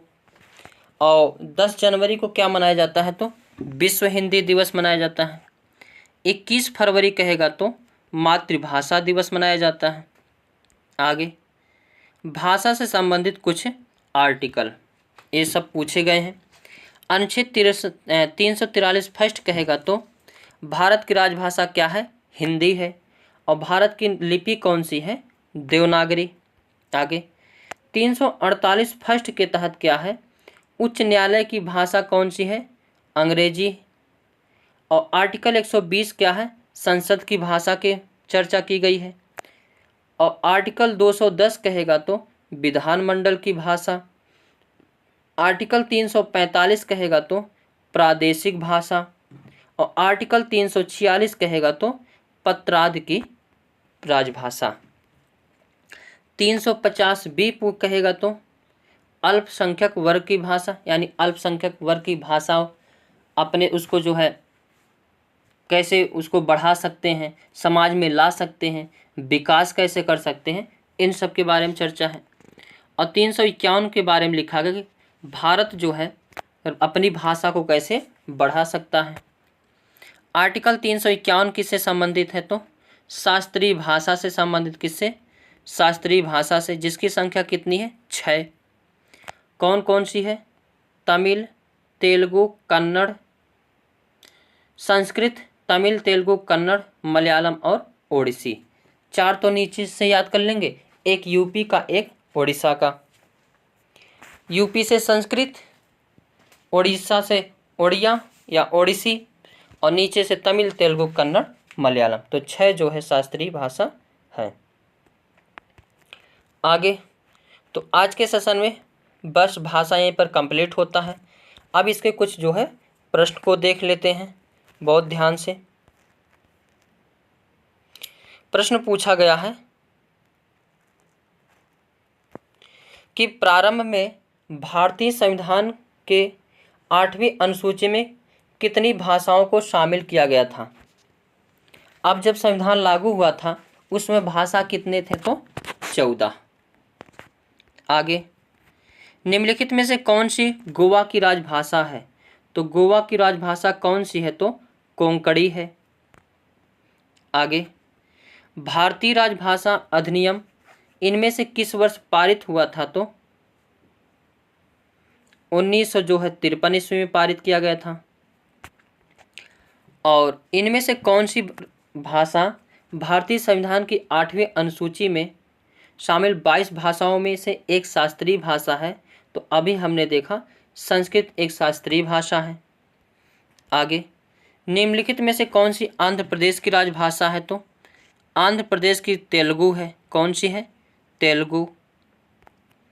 आगे बोडो, डोगरी, मैथिली और संथाली भारतीय संविधान के 8वीं अनुसूची में किस वर्ष शामिल किया गया था? तो 2002 में। वैसे 2002 या 2003, तो 2002 है तो 2002 लग जाएगा। आगे बस क्वेश्चन को भी हमने देखा। तो आज के सेशन में बस इतना ही। वीडियो अच्छा लगा हो तो लाइक, शेयर, कमेंट करना ना भूलें। Thank you for watching. जय हिंद। हेलो फ्रेंड्स, कैसे हो आप सब लोग? तो फ्रेंड्स आज के सेशन में हम बात करने वाले हैं मूल अधिकार के बारे में, और इसमें फुल डिटेल से हम देखेंगे मूल अधिकार के बारे में। और इससे अगर इस टॉपिक से किसी भी एग्ज़ाम में क्वेश्चन पूछा गया तो गारंटेड है क्वेश्चन आपसे जो है वो छूट नहीं पाएगा, क्योंकि अभी हमने कई सारे एग्ज़ाम की तैयारी करवाया है जिसमें सभी लोग जो है बेस्ट पाए हैं। जैसे अभी हमने HTET की तैयारी करवाया है, तो उसमें 30 में से जो है 28 नंबर डिट्टो मिला है मेरे लाइन से जो हम पढ़ाए हैं। आप चाहेंगे तो वीडियो सब मौजूद है, एचटेट 2025 के नाम से फोल्डर बना है, उसमें 15 से 20 वीडियो होगा, उसको आप देखिएगा। और अपना जो एचटेट का एग्ज़ाम का पेपर है उसको उठा के देखिएगा, सीडीपी, तो 30 में से 28 नंबर आपको डिट्टो मिल जाएगा। आगे उसी प्रकार जो अभी रेलवे की तैयारी हमने करवाया मैराथन में, उसमें भी सारे क्वेश्चन जो है फंस रहे हैं, तो पूरे कॉन्फिडेंस है, दिल से बहुत मज़ा आता है कि हाँ हम मेहनत कर रहे हैं तो कहीं ना कहीं एग्ज़ाम में जो है सफलता मिल रहा है। तो ऐसे ही आज के सेशन में हम बात करेंगे मौलिक अधिकार के बारे में, और इसमें भी मेरा प्रयास का पूरा प्रयास है ही कि अगर इसको आप देखते हैं तो एक भी नंबर को आप छोड़ के नहीं आएंगे। आगे देखते हैं। अब मूल अधिकार है क्या? तो ऐसे अधिकार जो नागरिकों को उसके समग्र विकास के लिए संविधान द्वारा प्रदान किए गए हों और जिनका संरक्षण संविधान के अंतर्गत किया गया हो, उसे मूल अधिकार कहा जाता है। जैसे आर्टिकल 32 के तहत सुप्रीम कोर्ट मूल अधिकार की सुरक्षा करता है, और आर्टिकल 226 के तहत हाई कोर्ट जो है मूल अधिकार का सुरक्षा करता है। ये दोनों आर्टिकल वेरी इंपॉर्टेंट है। 32 कहेगा तो सुप्रीम कोर्ट रिट जारी करेगा, और आर्टिकल 226 के तहत हाई कोर्ट। आगे भारत के किस संविधान में ये दिया गया है? तो भाग 3 में है, और आर्टिकल पूछेगा तो 12 से 35 तक। और ये जो मूल अधिकार कहाँ से लिया गया है? तो संयुक्त राज्य अमेरिका से लिया गया है, और इसको एक और नाम दिया जाता है जो है मैग्ना कार्टा कहा जाता है। तो संविधान का मैग्ना कार्टा किसे कहा जाता है? तो मूल अधिकार को। आगे वेरी वेरी इंपॉर्टेंट, इसको भी लगाइए। केवल भारतीय नागरिकों के पास उपलब्ध मूल अधिकार कितने हैं? तो 5 हैं। कौन कौन से? 15, 16, 19, 29 और 30। और आर्टिकल 20 और 21 को जो है आपातकाल के दौरान भी निलंबित नहीं किया जा सकता है। दोनों क्वेश्चन पूछे गए हैं। और अगर सशस्त्र विद्रोह हो गया है तो 19, 20, 21 को निलंबित नहीं किया जाएगा। एक क्वेश्चन कई बार पूछा गया है कि सशस्त्र विद्रोह के तहत कितने आर्टिकल को जो है रद्द नहीं किया जा सकता, तो निलंबित नहीं किया जा सकता 19, 20, 21 के। और वहीं आपातकाल हो तो 20, 21 को ख़त्म नहीं कर सकते। और केवल भारतीय नागरिक को प्राप्त 5 अधिक जो है आर्टिकल हैं, 15, 16, 19, 29 और 30। बाकी आर्टिकल सभी को मिला है। आगे वर्तमान में मूल अधिकारों की संख्या कितनी है? तो 6 है। पहले कितनी थी? तो 7। हर एक लाइन जो मैं बोल रहा हूँ सभी वेरी इंपॉर्टेंट है। अगर समानता की अधिकार का बात करेंगे तो 14 से 18 तक है। स्वतंत्रता का अधिकार 19 से 22 तक। शोषण के विरुद्ध अधिकार 23 व 24 आर्टिकल में। धार्मिक स्वतंत्रता का अधिकार 25 से 28। संस्कृति तथा शिक्षा का अधिकार 29 और से 30, एक गलत लिखा गया, 29, 30 है। और संवैधानिक उपचारों का अधिकार कहेगा तो आर्टिकल 32। और संपत्ति का अधिकार कहेगा तो आर्टिकल 31 में था, जो कि 44वें संविधान संशोधन द्वारा उसको ख़त्म कर दिया गया, और इस समय उसे क्या बना दिया गया? आर्टिकल 301 के तहत कानूनी अधिकार। आगे आर्टिकल 12 में क्या कहा गया है? राज्य की परिभाषा दी गई है, क्योंकि जो मूल अधिकार है वह राज्यों के विरुद्ध मिलता है। ये प्रश्न अभी 22 तारीख को पूछा गया था। तो जो मूल अधिकार किसके विरुद्ध मिलता है? तो राज्य के विरुद्ध। इसलिए राज्य की परिभाषा किस आर्टिकल में है? 12। क्वेश्चन पूछता है भारत के संविधान में किन 2 आर्टिकलों में जो है राज्य की चर्चा है? तो आर्टिकल 12 और आर्टिकल 36। आर्टिकल 13 किससे संबंधित है? तो मूल अधिकारों से असंगत विधियां से संबंधित है। और आर्टिकल 14 कहेगा तो समता का अधिकार से संबंधित है। आगे आर्टिकल 15 धर्म, मूल वंश, जाति, लिंग तथा जन्म स्थान के आधार पर आप विभेद नहीं कर सकते हैं। आर्टिकल 16 में क्या है? लोक नियोजन के विषय में अवसर की समता, यानी कोई भी वैकेंसी निकलेगी, कोई भी जो है सरकारी जॉब निकलेगा, सभी में सबको जो है समान अधिकार, यानी सबको समान अधिकार रहेगा। आर्टिकल 17 किससे संबंधित है? तो अस्पृश्यता के अंत से, यानी आप किसी को जाति सूचक वर्ड नहीं बोल सकते, किसी को जो जाति सूचक वर्ड से जो तुकार नहीं सकते। और एक प्रश्न पूछेगा किस आर्टिकल का कोई अपवाद नहीं है? तो आर्टिकल 17 का। यानी अगर आप किसी को तुकार कर दिए या रेल पे करके बुला दिए तो आपके ऊपर जो है केस बहुत तगड़ा वाला बन जाएगा, क्योंकि इसका कोई अपवाद है नहीं है। आर्टिकल 18 किससे संबंधित है? उपाधियों के अंत से संबंधित है, यानी उपाधियों का अंत आर्टिकल 18। आर्टिकल 19 किससे संबंधित है? तो वाक स्वतंत्रता के संरक्षण से संबंधित है, यानी मर्जी जो मर्जी करे वो बोले। आर्टिकल 20 अपराधों की दोष सिद्धि से संरक्षण है, यानी अपराध अगर करते हैं तो एक अपराध के लिए एक ही सजा, या जो है ज़बरदस्ती कबूलवा नहीं सकते। आर्टिकल 21 क्या है? तो प्राण एवं दैहिक स्वतंत्रता का संरक्षण है। आर्टिकल 22 गिरफ्तारी से संरक्षण है, यानी किसी व्यक्ति को अगर गिरफ्तार किया जाता है तो 24 घंटे के अंदर उसे कोर्ट में पेश करना पड़ेगा। आगे आर्टिकल 23 क्या है? तो मानव के दुर्व्यापार से संबंधित है। आर्टिकल 24 बलात्सर्म पर प्रतिबंध से संबंधित है, यानी जो है किसी से ज़बरदस्ती काम नहीं करवा सकते। आर्टिकल 25 अंतःकरण की स्वतंत्रता, यानी हमारी मर्जी, हम किसी को अपना भगवान मान सकते हैं, किसी को अपना कुछ भी मान सकते हैं।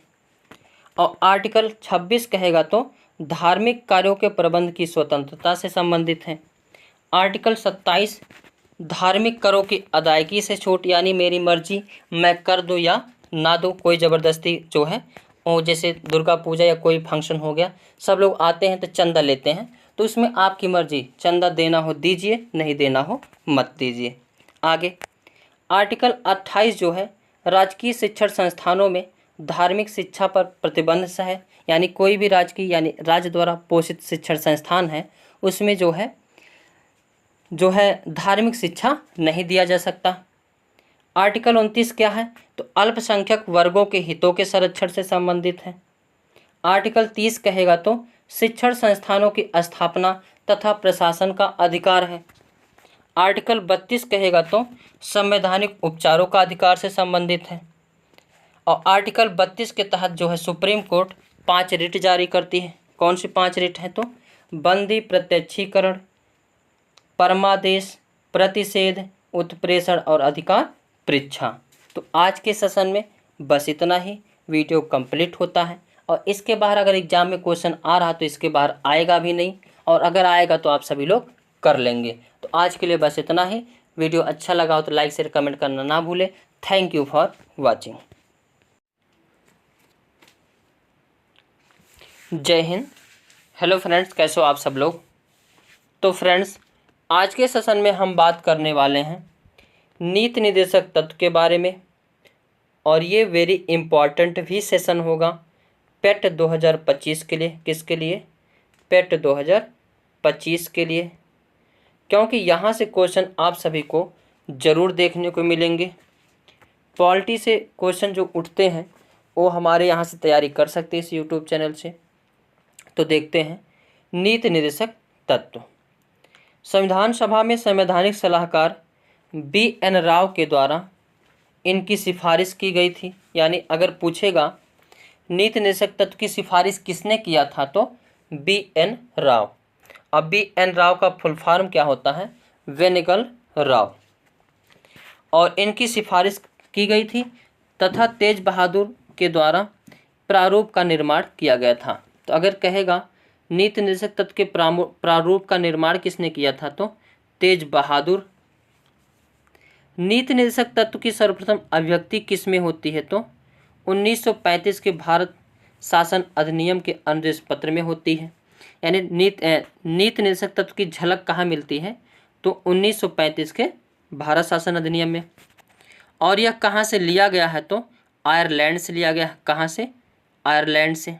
आगे डॉक्टर भीमराव अंबेडकर जी ने क्या कहा था कि इसको अनोखी विशेषता की संज्ञा दी है। ये जो कथन है ये भी प्रश्न में पूछा जाता है। ठाकुर दा भार्गव ने क्या कहा? नीति निर्देशक तत्वों को भारतीय संविधान का प्राण जीवन एवं सार तत्व की संज्ञा दी है। जैनिंग्स के अनुसार नीति निर्देशक तत्व भारत में फेबियन समाजवाद की स्थापना में सहायक है, और इसका मुख्य उद्देश्य क्या है तो सामाजिक तथा आर्थिक प्रजातंत्र की स्थापना करना। आगे अब आर्टिकल को देखते हैं। आर्टिकल 36 किससे संबंधित है? राज्य की परिभाषा से संबंधित है, यानी राज्य किसे कहेंगे, क्योंकि जो नीति निर्देशक तत्व होता है वह राज्य लागू करेगा, लेकिन राज्य से ज़बरदस्ती लागू नहीं करवा सकते हैं। आर्टिकल 37 में यही लिखा गया है कि राज्य की मर्जी है नीति निर्देशक तत्व को लागू करे या ना करे। आर्टिकल 39 किससे संबंधित है, तो राज्य के प्रत्येक स्त्री व पुरुष को समान रूप से जीविका के साधन उपलब्ध कराने का प्रयत्न करेगा। आर्टिकल 40 यह ग्राम पंचायत का गठन से संबंधित है। आर्टिकल 41 राज्य काम, शिक्षा, लोक सहायता का अधिकार देगा। आर्टिकल 44 समान नागरिक संहिता से संबंधित है। आर्टिकल 45 इसमें यह लिखा गया है कि 6 वर्ष से कम उम्र के बच्चों की पूर्व प्रारंभिक शिक्षा और उनकी बाल्यावस्था की देखभाल की व्यवस्था राज्य करेगा। आर्टिकल 46 एससी और एसटी समाज के दुर्बल वर्ग की शिक्षा की व्यवस्था करेगा राज्य। आर्टिकल 47 में मद्य निषेध, पोषाहार और स्वास्थ्य की चर्चा की गई है। आर्टिकल 48 कृषि, पशुपालन और दुधारू पशु या पशु निषेध की बातें की गई है। आर्टिकल 49 राष्ट्रीय महत्व स्मारक संस्थान का संरक्षण से संबंधित है। आर्टिकल 50 कार्यपालिका और न्यायपालिका से संबंधित है। आर्टिकल 51 अंतर्राष्ट्रीय शांति सुरक्षा में अभिवृद्धि की बातें करता है। तो आज के सेशन में यहाँ पर कंप्लीट होता है। सबसे कम डाटा में, सबसे कम समय में एग्जैक्ट चीज़ें जो आप सभी को मिलेगी इस यूट्यूब चैनल को, तो आप सभी लोग सब्सक्राइब कर लें। तो आज के लिए बस इतना ही, मिलते हैं नेक्स्ट वीडियो में। Thank you for watching. जय हिंद। हेलो फ्रेंड्स, कैसे हो आप सब लोग। तो फ्रेंड्स, आज के सेशन में हम बात करने वाले हैं संविधान का विकास कैसे हुआ है और संविधान की तैयारी या संविधान किसके द्वारा बनाया गया, संविधान में कितने प्रावधान, कितने अनुच्छेद, कितने भाग हैं, इन सभी के बारे में जो डिटेल से देखेंगे। और इसमें करीब जो है 4-5 टॉपिक को इसमें कवर करेंगे। और यह पेट के लिए वेरी इम्पॉर्टेंट होगा। किसके लिए? पेट के लिए 2025, क्योंकि पेट में 1 से 2 नंबर जो है देखने को मिलते हैं। तो बहुत कम टाइप में, बहुत कम वीडियो में आप सभी को उस 2 नंबर को दिलाने का पूरा प्रयास है। हालांकि हमने जब प्रयास किया तो उसमें सफल भी हुआ हूँ। तो कहीं ना कहीं ये आप सभी के लिए वेरी हेल्पफुल होने वाला है। तो देखते हैं जो है संविधान का जो विकास हुआ है कहाँ से हुआ है, और लास्ट में फाइनली जब बन के तैयार हुआ तो इसमें क्या क्या है, क्या सिंबल है, कब अपनाया गया, इन सभी के बारे में डिटेल से देखेंगे।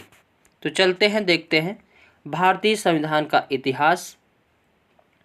सबसे पहली बार स्वराज विधेयक के माध्यम से तिलक द्वारा संविधान की मांग की गई। तो अगर प्रश्न पूछेगा सबसे पहली बार जो है संविधान की मांग किसने किया है, तो तिलक जी ने।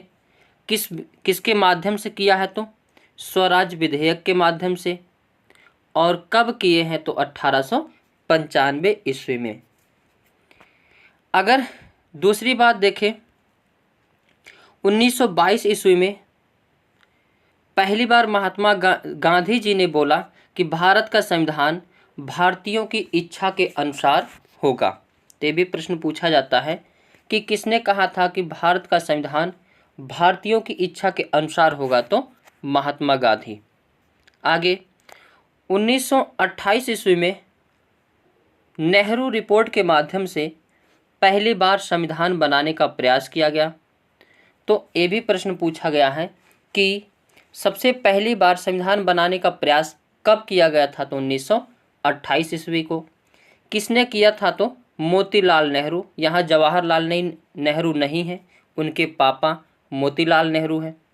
जब जगह जगह भारत में जो है दंगे फसाद, आंदोलन, बहिष्कार ये सब हो रहे थे, तो अंग्रेज़ों ने मोतीलाल नेहरू जी से कहा कि अगर तुम्हारे में औकात है तो संविधान बना के दिखा दो, और अगर इस पे सभी लोग सहमत हो जाएंगे तो हम जो है देश छोड़कर चले जाएंगे।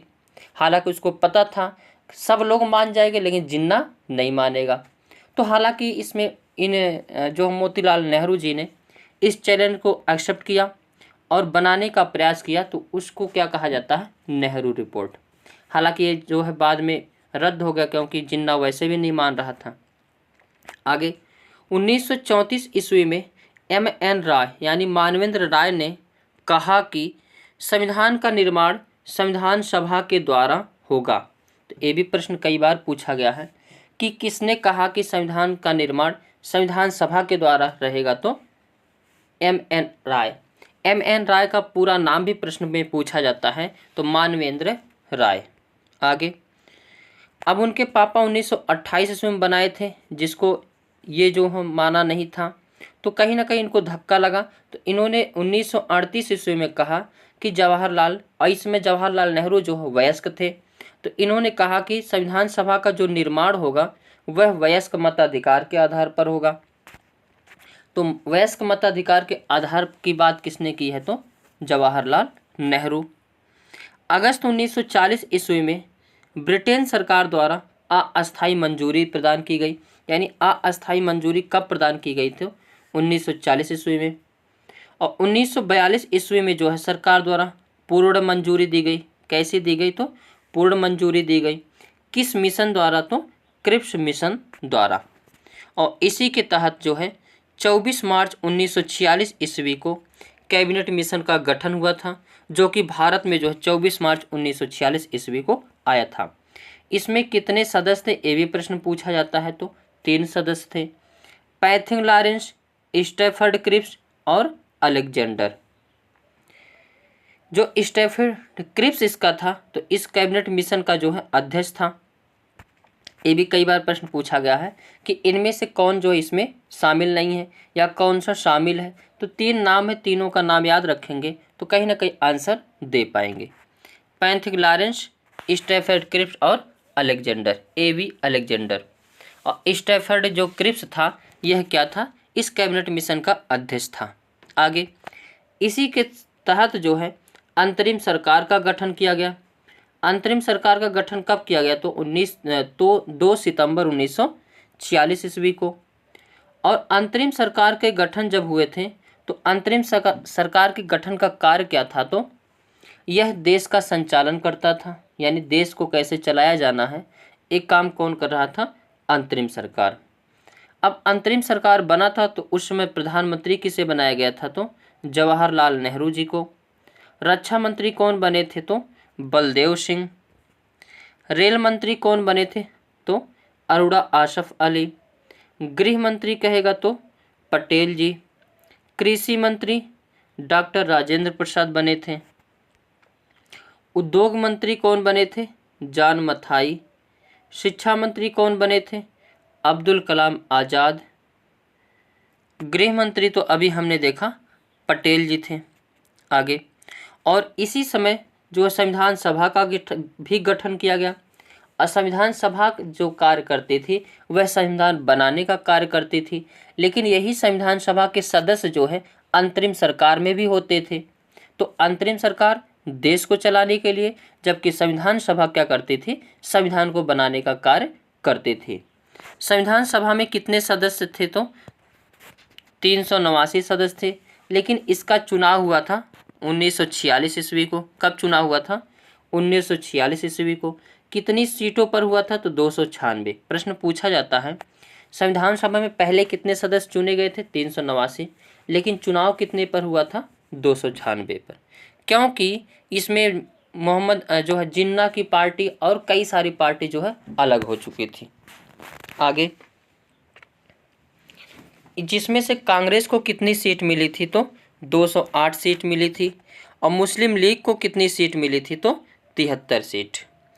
अन्य लोगों को कितनी सीट मिली थी, तो 15।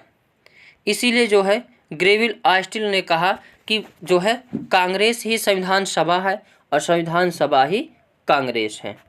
आगे अब संविधान सभा का गठन हो गया, अब इसकी बैठक हुई। जो शुरू के 3 बैठक है उसको आप सभी को याद रखना है। बाकी बैठक जो लास्ट वाला यानी 24 जनवरी वाला याद रखना है, बाकी बीच में कोई बैठक से मतलब नहीं है। अब पहली बैठक कब हुई थी तो 9 दिसंबर 1946 ईस्वी को, जिसमें अस्थायी अध्यक्ष किसे बनाया गया था? डॉक्टर सच्चिदानंद सिन्हा को। तो ये प्रश्न कई बार पूछा गया है कि अस्थायी अध्यक्ष किसे बनाया गया था? तो डॉक्टर सच्चिदानंद सिन्हा को। दूसरी बैठक 11 दिसंबर 1946 को हुई थी, जिसमें अस्थायी अध्यक्ष बनाया गया था डॉक्टर राजेंद्र प्रसाद को। और तीसरी बैठक भी याद रखना है 13 दिसंबर यानी दो दिन के अंतराल पर, एक दिन के अंतराल पर बैठती थी। तो 13 दिसंबर को बैठी थी 1946 ईस्वी को। इसमें जवाहरलाल नेहरू द्वारा उद्देश्य प्रस्ताव पारित किया गया था, जिसको 22 जनवरी 1946 ईस्वी को स्वीकार किया गया। और यही जो उद्देश्य प्रस्ताव था आगे चलकर किसका रूप बना? तो प्रस्तावना का रूप बना। इसमें कई सारे पॉइंट आप सभी को पूछे जाएगा कि उद्देश्य प्रस्ताव किसने लाया था? तो जवाहरलाल नेहरू। कब लाए थे? तो 13 दिसंबर 1946 को। कब स्वीकार किया गया था? तो 22 जनवरी 1947 को, यहाँ रहेगा 22 जनवरी 1900 स्वीकार किया गया। और यही आगे चलकर जो है किसका रूप लिया था? प्रस्तावना का। आगे 22 जनवरी 1947 ईस्वी को ही संविधान निर्माण के लिए 7 समिति नियुक्त हुई है। कौन सी? 7 समिति। उसमें सबसे बड़ी समिति थी प्रारूप समिति। कौन सा था? प्रारूप समिति। प्रारूप समिति को एक और नाम दिया जाता है, ड्राफ्ट समिति भी कहा जाता है, या इसी को मसौदा समिति भी कहा जाता है। अब संवैधानिक सलाहकार बी.एन. राव के द्वारा, अब बी.एन. राव का फुल फॉर्म क्या होता है? बेनेगल राव के द्वारा भारतीय संविधान के प्रारूप का निर्माण किया गया, जिस पर विचार विमर्श के लिए 29 अगस्त 1947 ईस्वी को 7 सदस्यीय प्रारूप समिति का गठन किया गया था। तो ये प्रारूप समिति का गठन किसके कहने पर किया गया था? तो बी.एन. राव के। और कब गठन किया गया था? तो 29 अगस्त 1947 ईस्वी को। आगे इसमें 7 सदस्य थे। कितने सदस्य? 7 सदस्य थे। कौन कौन? Doctor B R. अम्बेडकर जी थे, और ये प्रारूप समिति के अध्यक्ष एवं सभापति भी थे। गोपाल स्वामी आयंगर थे, अल्लादी कृष्णा स्वामी अय्यर थे, के.एम. मुंशी थे, मोहम्मद सादुल्ला, एन माधव राय। और एन माधव राय जो है बाद में बने थे, किनके स्थान पर बने थे? तो बी.एल. मित्तल के। टी.टी. कृष्णाचार्य यह मूल सदस्य थे डी.पी. खेतान के। अच्छा, पहले डी.पी. खेतान थे लेकिन इनकी मृत्यु हो गई थी, जिसके कारण बाद में जो है किसको बनाया गया? टी.टी. कृष्णाचार्य को। पहले बी.एल. मित्तल थे, इनकी स्वास्थ्य खराब हो गई, जिसके कारण उनके स्थान पर एन माधव राय को बनाया गया। आगे संविधान के जनक किसे कहा जाता है? बी.आर. अम्बेडकर जी को। यह पहले बंगाल से चुने गए थे, लेकिन जब बंगाल जो पश्चिम बंगाल पूर्वी पाकिस्तान बन गया तो इनका पद समाप्त हो गया। अब अगर सोना है वो कहीं भी वो रहे, वो हमेशा चमकता रहेगा। तो ये जो डॉक्टर बी.आर. अम्बेडकर जी थे, इनके कितना पढ़ा लिखा उस समय कोई नहीं था, इसीलिए इनकी सख्त ज़रूरत थी। तो फिर उसके बाद जब पश्चिम बंगाल से सीट खत्म हो गई तो मुंबई प्रेसिडेंसी से इनको जो है संविधान सभा के अध्यक्ष चुने गए थे। ये प्रश्न कई बार पूछा गया है कि जो है डॉक्टर बी.आर. अम्बेडकर जी को बाद में कहाँ से चुने गए थे? तो मुंबई प्रेसिडेंसी से। आगे भीमराव अम्बेडकर जी को संविधान के जनक कहा जाता है, जननी कहा जाता है, शिल्पकार, वास्तुकार और रचनाकार आदि कहे जाते हैं। आगे अब कुछ समिति के अध्यक्ष देखते हैं, जैसे संघ शक्ति समिति के अध्यक्ष। ये सब प्रश्न एकदम पूरा डिट्टो आप सभी को मिल जाएंगे, चाहे जो भी एग्जाम देंगे। संघ शक्ति समिति के अध्यक्ष कौन है? तो जवाहरलाल नेहरू। राज्य समिति के अध्यक्ष कहेगा तो जवाहरलाल नेहरू। संघ संविधान समिति के अध्यक्ष कहेगा तो जवाहरलाल नेहरू।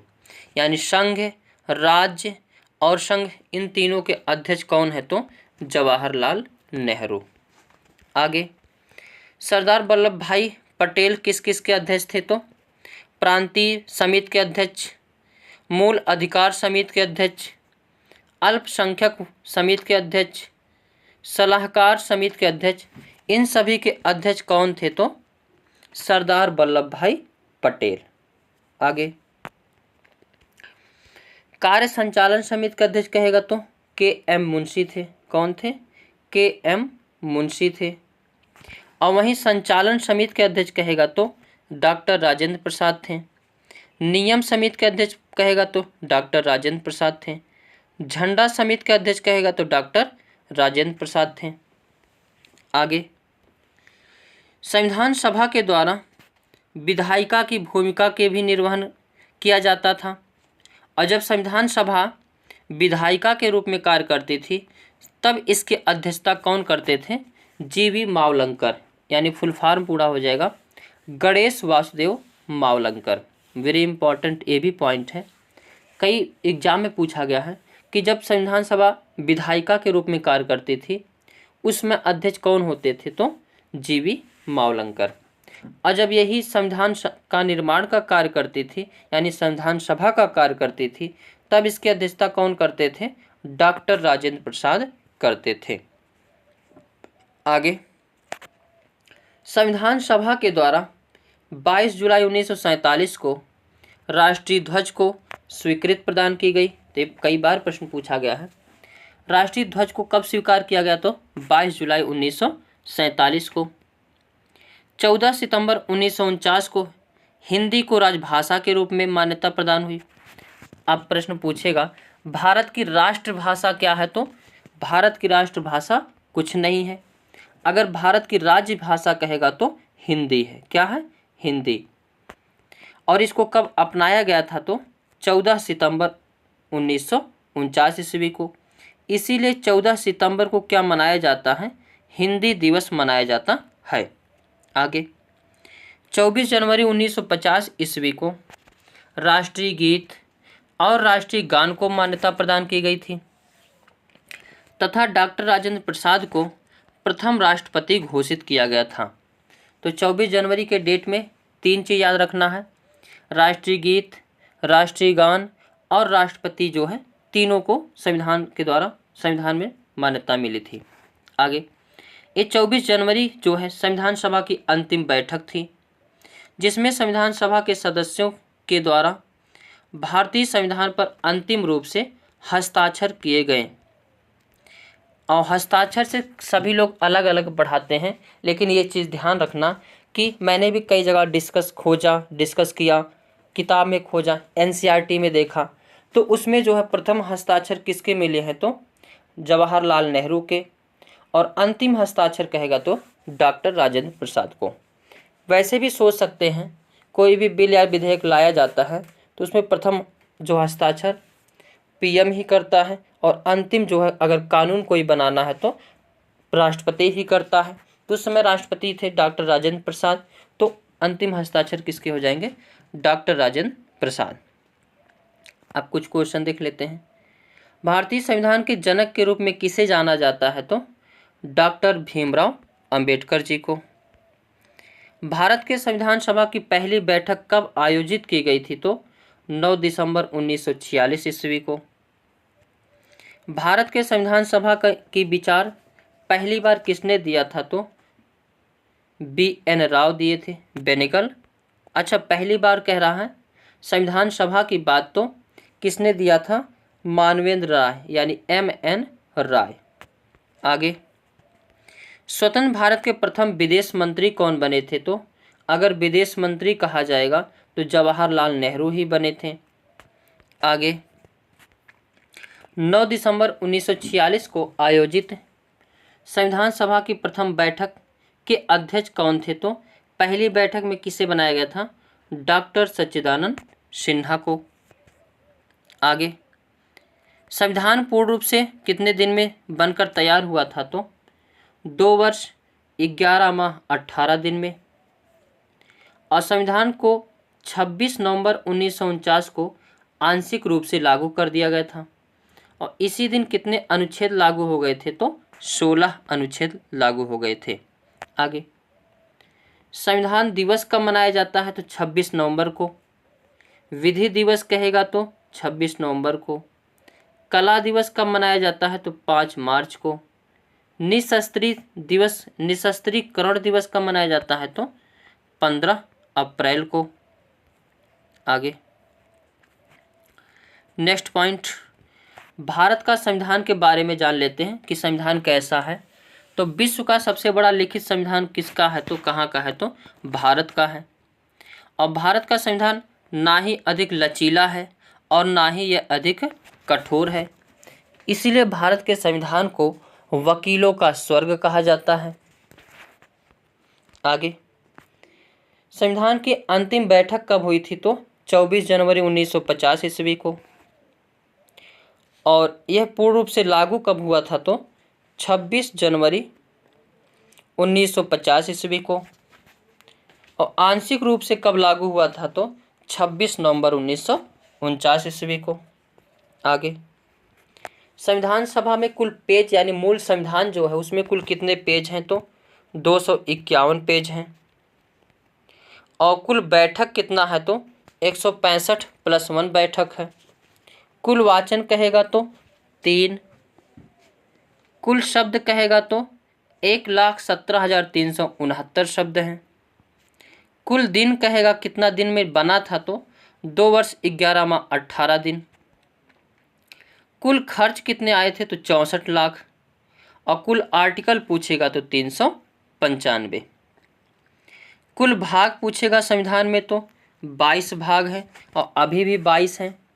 कुल अनुसूची तब पूछेगा तो 8 थे, अब कितने हैं? तो 12 अनुसूची हैं। कुल महिला संविधान सभा में यानी संविधान निर्माण में कितनी महिला शामिल थी? तो 15। कुल हस्ताक्षर कितने हैं हुए हैं? तो 284। कुल राज्य जब संविधान लागू हुआ था तो कुल राज्य कितने थे? 14।